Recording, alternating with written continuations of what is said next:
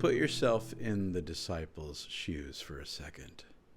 The things you have seen and heard in the last few weeks are unbelievable, to say the least. Things you never thought you would see or hear. The stuff of legends. If you're Peter or James or John, you saw Jesus transform right before your eyes into what could only be described as a being of pure light and radiance. You actually saw Elijah and Moses with Jesus, heroes of the history of Judaism. And as if that wasn't enough, you heard the booming voice of God fully endorsing Jesus. This is my son, the beloved. Listen to him. Imagine trying to explain all that to the rest of the disciples. I don't know if I would have even tried. But they all saw Jesus do things that compelled them to follow him. They heard and saw Jesus say and do things that gave them hope, that touched them in some place deep inside their experience, that allowed them to connect with love in a way that they didn't understand, but in a way that they couldn't ignore. When they were with Jesus, they were in love. They were literally inside love, inside hope, inside this fullness of existence that Jesus came to show them was possible. So, naturally, it was time for a little competition to see which one of them would be the greatest among the disciples. I have to imagine, as a side note, that if the disciples were women, this would not have happened. But men, yeah. These second-string disciples, given another chance by a rogue, mysterious rabbi, had finally made it to the spiritual big time, and they just couldn't resist figuring out a pecking order. Who would be second in command, third, fourth? On their way to Capernaum, they were arguing among themselves about it, and they all had reasons to why it should be them and not someone else. And they were all looking at the situation through a lens that didn't take into account the ultimate reality of who Jesus was. I mean, when you think about it, how could they really? They simply weren't aware of the different world that Jesus represented.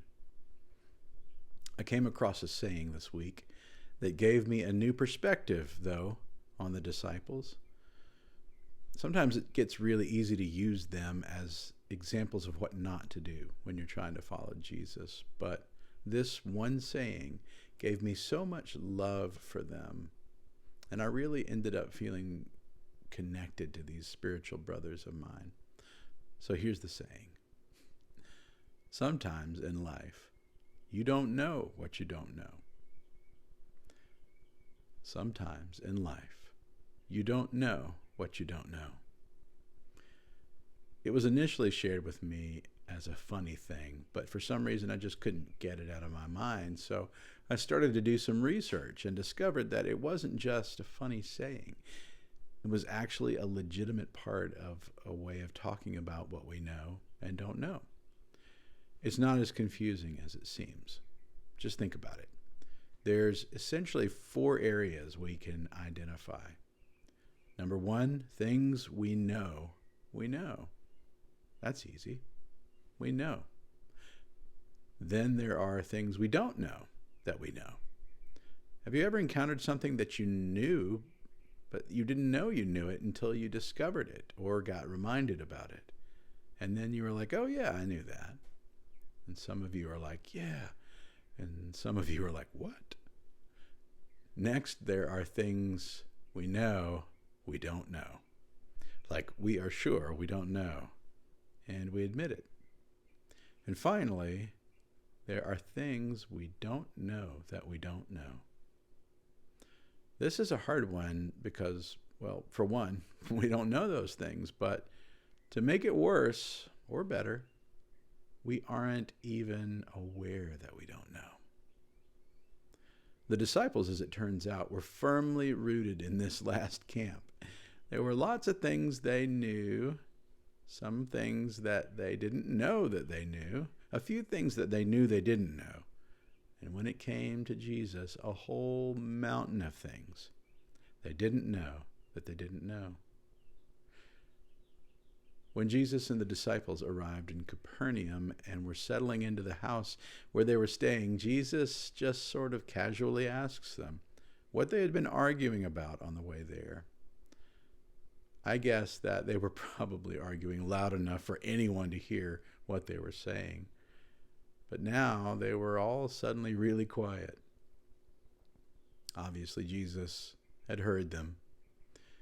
He calls the disciples together and says, "Look, whoever wants to be first," and they all lean in. Here it was. He was finally going to tell them, "Must be last of all and servant of all."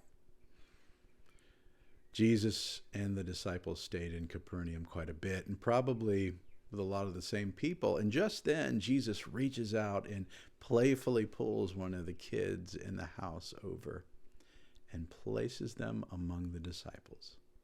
Can you imagine if you're that kid? The rabbi just made you an honorary disciple.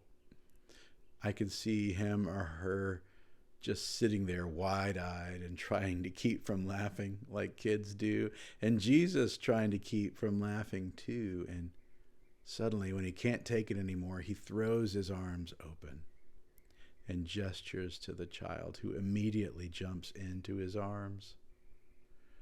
Hugging this little grinning rugrat, Jesus looks at his disciples and says, "Whoever receives a child like this, in this way, receives me.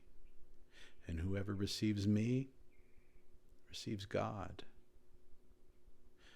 To a group of guys who had been arguing about who would be the greatest in the kingdom of heaven, there could not have been a better lesson.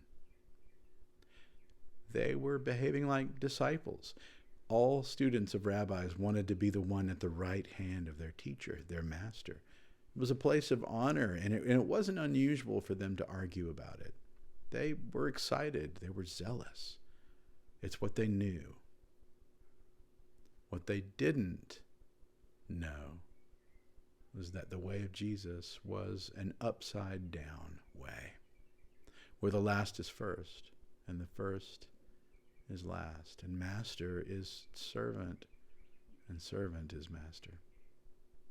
And with the help of this little kid, Jesus was trying to bring their awareness to what they did not understand. He was trying to show them what they didn't know that they didn't know. That welcoming the least, the insignificant, with the joyful intimacy of a hug, was actually welcoming and receiving Jesus, and ultimately God. What a statement about how our humanity is bound up and mixed in with divinity through this intimate act of taking someone in our arms and loving them, of looking into their faces and seeing the face of Christ. And Jesus makes it so plain for the disciples and for us, but unless we keep it right in front of our faces, we forget. We go back to the things we know we know. My question for us is, what are those things that we are unaware of? What are the things that we don't know, that we are not even aware of when it comes to how Jesus teaches us to love people? Who is Jesus taking and wanting to place in our midst? Who is Jesus embracing to show us what we are missing? Those who identify as Christians can all too often be seen pointing the finger at each other. You don't get it. You're not a true Christian. What we don't see is that the public witness of Christianity and of Jesus is dragged through the mud when those who claim to be Christians belittle and wound each other and argue till we're blue in the face over who's right, who's greatest.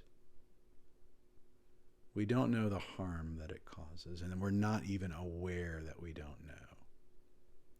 We're too busy trying to defend some sense of the way we think things ought to be to see Jesus embracing the least among us and calling us to do the same. To receive the last and the least in an embrace, only to find that we are welcoming Jesus, that we are embracing God, the essence of the universe. Anything less is trying to be the greatest in a kingdom where greatness is measured in reverse.